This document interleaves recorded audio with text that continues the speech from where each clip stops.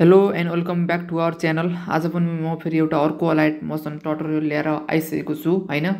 Preview हेरिसक्नुभयो कस्तो सिक्छौँ भनेर। मैले चाहिँ यहाँ हेर्न सक्नुहुन्छ एउटा इमेज र एउटा सङ एड गरेको छु। यसमा मैले बनाउँछु हैन। यसमा चाहिँ मैले नेपाली फन्ट युज गरेको छु। यदि हजुरहरूलाई नेपाली फन्ट युज गर्न आउन्न भने चाहिँ त्यसको मैले सिकाएको छु है कसरी युज गर्ने भनेर। त्यसको मैले लिङ्क तल डिस्क्रिप्सनमा माथि राखिदिन्छु हैन। मैले यहाँ नेपाली युज गरेको छु, या हजुरहरूले इङ्ग्लिसमा इङ्ग्लिस फन्ट युज गरे पनि हुन्छ हैन। यदि नेपाली आउन्न भने चाहिँ त्यसको लिङ्क तल माथि राखिदिन्छु। अनि यसको फन्टको स्टाइल चाहिँ हेर्न सक्नुहुन्छ हैन। आर्फ रेगुलर भन्ने चाहिँ यसको लिङ्क पनि राखिदिन्छु हैन। दुईटै तल डिस्क्रिप्सनमा राखिदिन्छु, हेर्नु होला। सो गाइज ढिला नगरेर अब हामी यसमा चाहिँ इफेक्टहरू दिन्छौँ हैन।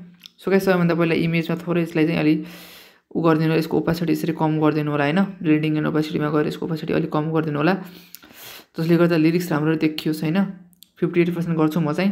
सो गाइज अब यसरी यसमा लेयरमा जानु होला, इफेक्टमा जानु होला, एड इफेक्टमा गएर टेक्स्ट ट्रान्सफर्म भन्ने इफेक्ट सर्च गरेर सिलेक्ट गर्नु होला हैन।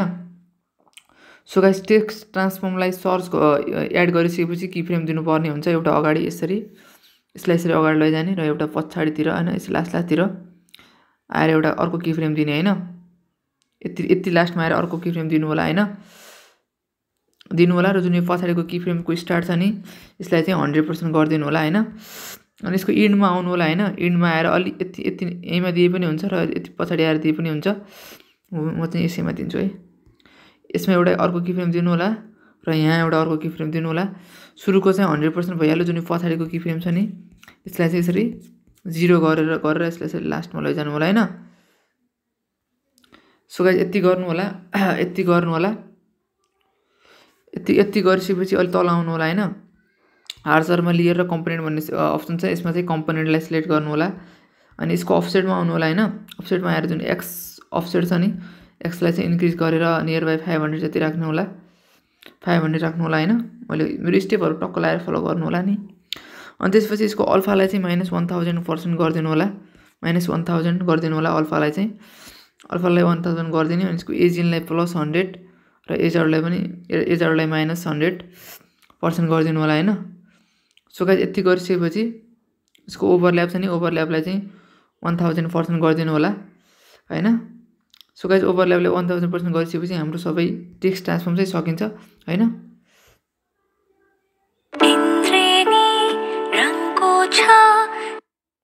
हेर्न सक्नुहुन्छ हैन। हाम्रो चाहिँ टेक्स्ट ट्रान्सफर्म सक्यो। अब हामी यसमा अरू इफेक्टहरू दिन्छौँ हैन। लास्टसम्म हेर्नु होला हैन। सबै इफेक्टहरू लगाएपछि राम्रो देखिन्छ। सो गाइस त्यसपछि चाहिँ अब हामीले दिने इफेक्ट भनेको चाहिँ अक्सिलेट भन्ने हो। यसलाई ओपन गर्नु होला, यसको स्ट्यान्ड सेटिङले ओपन गर्नु होला। यसलाई ओपन गरेर यसको एङ्गललाई चाहिँ अलि इन्क्रिज गरेर 80% जति यसको एङ्गल 80 डिग्री जति राख्नु होला है, सरी। अनि यसको फ्रिक्वेन्सीलाई चाहिँ डिक्रिज गरिदिनु होला। फ्रिक्वेन्सीलाई चाहिँ डिक्रिज गरेर कति भनेपछि 30 हर्ज यसको फ्रिक्वेन्सी राख्नु होला। अनि यसको म्याग्निट्युडलाई पनि डिक्रिज गरेर 16, 17 जति र 18 जति राखिदिनु होला हैन।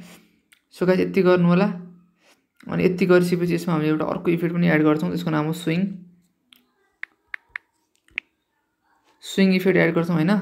यसमा चाहिँ ओपन गर्नु होला। यसको फ्रिक्वेन्सीलाई चाहिँ त्यो अगाडिको जस्तै फ्रिक्वेन्सी चाहिँ 30 को नियर बाई आसपास राख्नु होला, 30 हर्ज जति। अनि यसको एङ्गल 1 छ नि यसको एङ्गल 1लाई चाहिँ कति भनेपछि 3 डिग्री राख्नु होला हैन। अनि एङ्गल 2लाई चाहिँ एङ्गल 1लाई चाहिँ -3 डिग्री र एङ्गल 2लाई चाहिँ +3 डिग्री, जस्ट अपोजिट गर्नु होला। टक्क लाएर स्टेप फलो गर्नु होला मेरो हैन। सो गाइस यति गरिसकेपछि अब हामीले चाहिँ यसमा लास्ट एउटा राम्रो खाले इफेक्ट दिन्छौँ हैन, फ्र्याक्टल वार भन्ने। यो एड गरिसकेपछि यो चाहिँ दामी बन्छ। यसलाई ओपन गर्नु होला फ्र्याक्टल वारलाई। अनि यसको पोजिसनमा छ नि दुईटा की फ्रेम दिनु होला, एउटा अगाडि अनि यसलाई यसरी अगाडि लैजानु होला र एउटा लास्टतिर दिनुपर्छ। सो लास्टको यो एक्स छ नि पोजिसनको एक्स, यसलाई चाहिँ लास्टको चाहिँ इन्क्रिज गरिदिनु होला। इन्क्रिज गरेर अलि जति हैन अलि यति जति राख्नु होला, 3000 जति, नियर बाई 3000 राख्नु होला हैन। यसको आसपासमा राख्नु होला। म चाहिँ 3000 राख्छु हैन।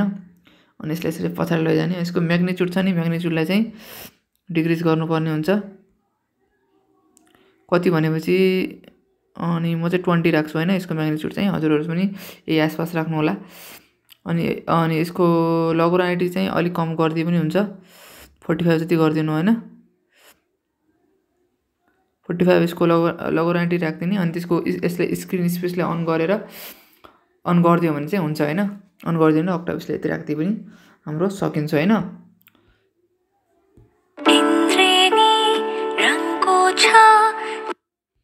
सो गाइस यति गरिसकेपछि हाम्रो सबै इफेक्टहरु सकिन्छ सो त्यसपछि चाहिँ हामी यसमा चाहिँ पेस्ट गर्छौं हैन सबैमा गएर 3 डटमा गएर पेस्ट इफेक्ट गर्दिने पेस्ट इफेक्ट गरेर यसरी हाल्दिने हैन सो गाइस यसरी पेस्ट इफेक्ट गरिसकेपछि सबैमा हाम्रो इफेक्ट लाग्छ हैन सो गाइस यति लागिसकेपछि अब के गर्नु होला यति सबलाई यसरी ग्रुप गरिदिनु होला अनि ग्रुप गरेर चाहिँ यसलाई चाहिँ डुप्लिकेट लेयर गरेर अनि गरिदिनु होला र ग्रुप 1 मा चाहिँ गएर चाहिँ गौसन ब्लर एड गरिदिनु भने ग्लो खाली बन्छ हैन सो गाइस यस्तो बन्छ अनि भिडियो चाहिँ यति नै हो म चाहिँ एकदिन प्ले गर्दिन्छु हैन प्ले गर्दिन्छु हेर्नु होला